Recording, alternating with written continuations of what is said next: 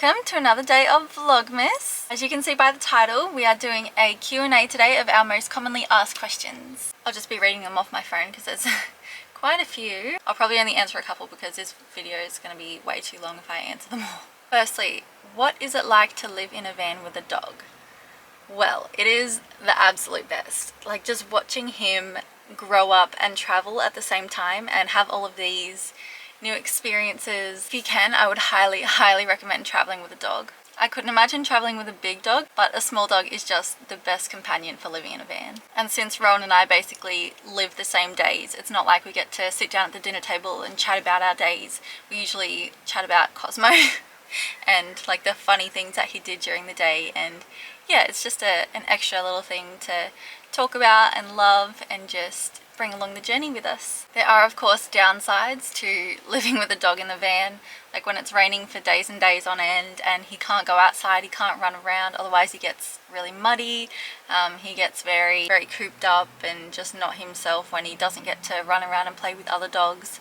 And the mud is another thing. Like the van is always dirty, but when it's muddy and raining outside, it's just like our shoes are bringing the mud in, Cosmo's paws, like we need to wipe everything down every 5 seconds. Like it's not the best time. And obviously dogs shake, and like after Cosmo's been to the beach, he like shakes the sand everywhere, and then it's like a whole nother, we've got to strip the bed again for the 4th time today. And it's a lot of work, but it's definitely worth it. The other main thing that isn't so great about bringing a dog traveling around Australia is that they're not allowed into any of the national parks. And we did know this coming into the trip, and we still got him anyway because there are so many beautiful places in Australia that aren't in national parks. But I think we will also get around to the national parks just when we have a home base and we only have to leave Cosmo for a week or 2. Another thing, like Rowan and I have to take turns having showers and like doing grocery shopping and just things like that, because we don't want to leave Cosmo in the van for too long. Like we always have the windows open, the fan on, like lots of water for him, and it's like if it's a really hot day, we'll have ice for him in his water bowl as well. But yeah, we try not to leave him for longer than an hour in the van because that's just a personal preference. Like we just want to make sure that he's okay. But yeah, weighing up all the pros and cons, definitely would 100% recommend traveling with a small dog in your van. Okay, next question. Where do you shower / how do you stay clean? So we both have Anytime Fitness memberships. Rowan is in the gym right now actually as I'm speaking. That's where we shower most of the time. So yeah, when we did the middle of Australia, we basically just paused our memberships. 1, to save money, 2, like there weren't going to be any gyms anywhere. And how we showered then was mainly caravan parks. We would look on wiki camps to see if there were any like free showers in the area. And on the off chance that we can't have showers for a couple of days, we just use baby wipes. But that rarely happens. Usually showers in pretty much every town, whether that is a caravan park, a free shower block or anything like that. But yeah, apart from up the middle, we have had Anytime memberships, and there's so many Anytimes all over Australia. It is $20 a week, so it's quite expensive. But yeah, apart from up the middle of Australia, we just use Anytime Fitness for showers, and that's how we kept clean. We just went to an Anytime every day or every second day. We also have a brush in the van that like if we come back from the beach, we just like brush the sand off. And we also have a hose that comes out the back of the van, so if we do need a little rinse off, we can do that. And if there's enough water available in the tank, we can actually use our own outdoor shower. Our outdoor shower has been really good for those hot summer days where you're not around anybody. You can just pull out, we've got like a little privacy screen as well. So you can just pull that one out and have a nice little outdoor shower. It's really nice. You hear like the birds singing and like the trees with the shade and everything.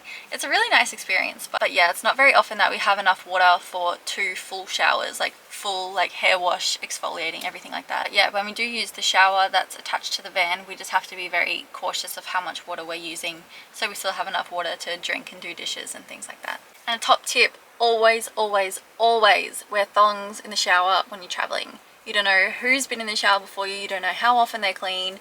You don't want to get any diseases or infections or anything. It's just, yeah, always wear thongs in the shower. Okay, next question. How do you fit everything in the van? This question comes up so much. I've done a video on this explaining like what sort of things we store in like all the different storage compartments, but basically a rundown, we have like 4 lift up things here where we basically just keep all of our clothes.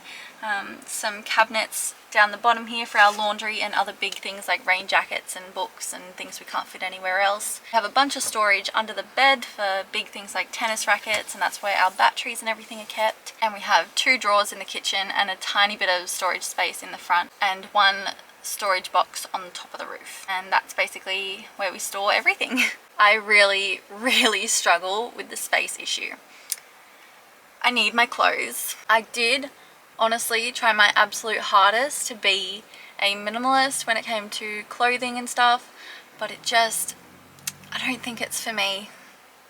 I need my clothes. This has been a very tough thing to handle. Like every single week when we do our laundry, I'm like shoving clothes into my section, and all of my stuff is like piling over into Rowan's section, and it just creates this whole like this spiral effect. It's like I don't have any space to fit my clothes, I have too many clothes, but compared to like a regular person, I've only got like 10 shirts. Like it's really nothing, and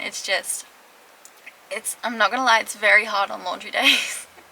very hard. But yeah, I do realize that to live this lifestyle you have to sacrifice a few things, and space and clothes is definitely something I've had to sacrifice this trip. So yeah, we can definitely fit everything we need in all the little storage compartments we have, but it would be nice to have a lot more space. But essentially you can pretty much fit everything you need in here, which is all you can really ask for. Alrighty, 2 more questions. How do you make money in the van?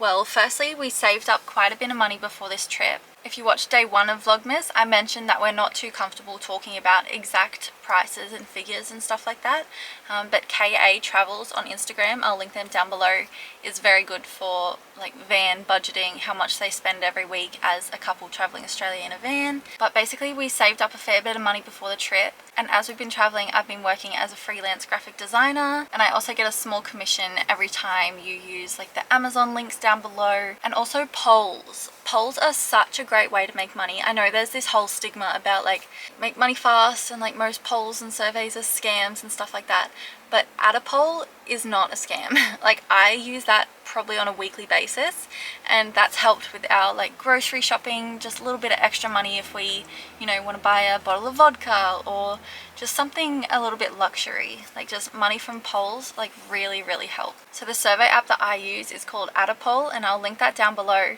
You get $1 when you sign up, and there are so many surveys all the time. Like I've signed up to so many survey apps that just they don't have any surveys for you, so you can't make any money. But Add a Poll has like at least 10 a day.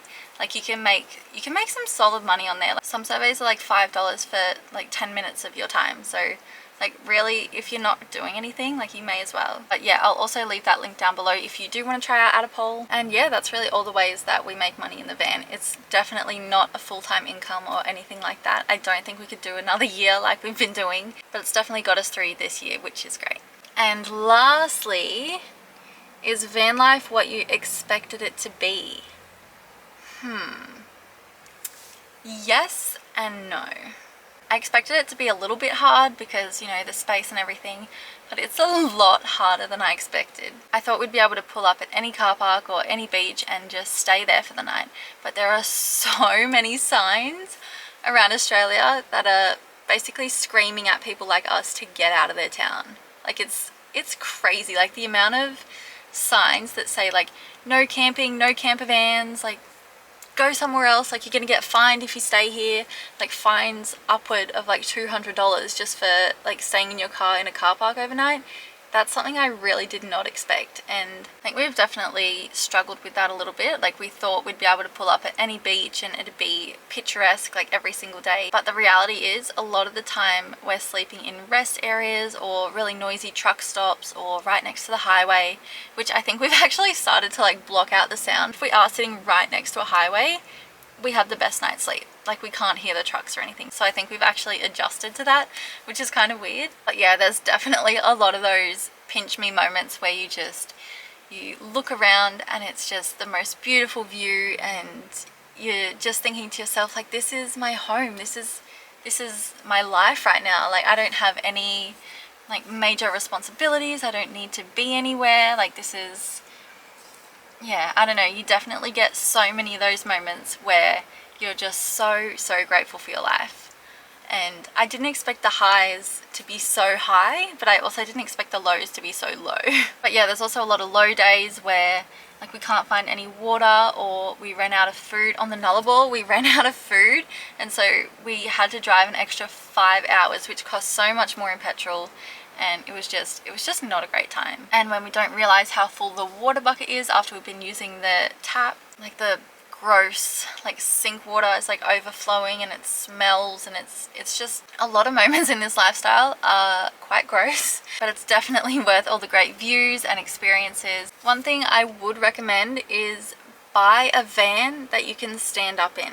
I didn't realize this would be such an issue. Like when we bought the van, like I think it came up to here. That was before we put all the like roof and insulation and stuff on. But as I'm doing the dishes, I'm literally like, this is the roof and I have to like bend down to do the dishes. And Rowan is so much taller than me, so his back is also aching as well.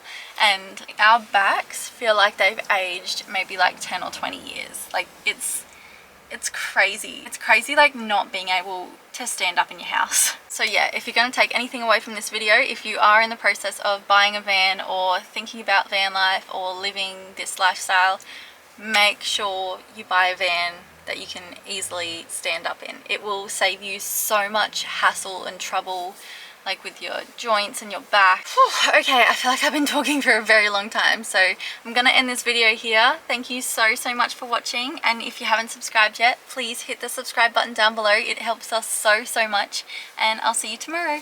Bye.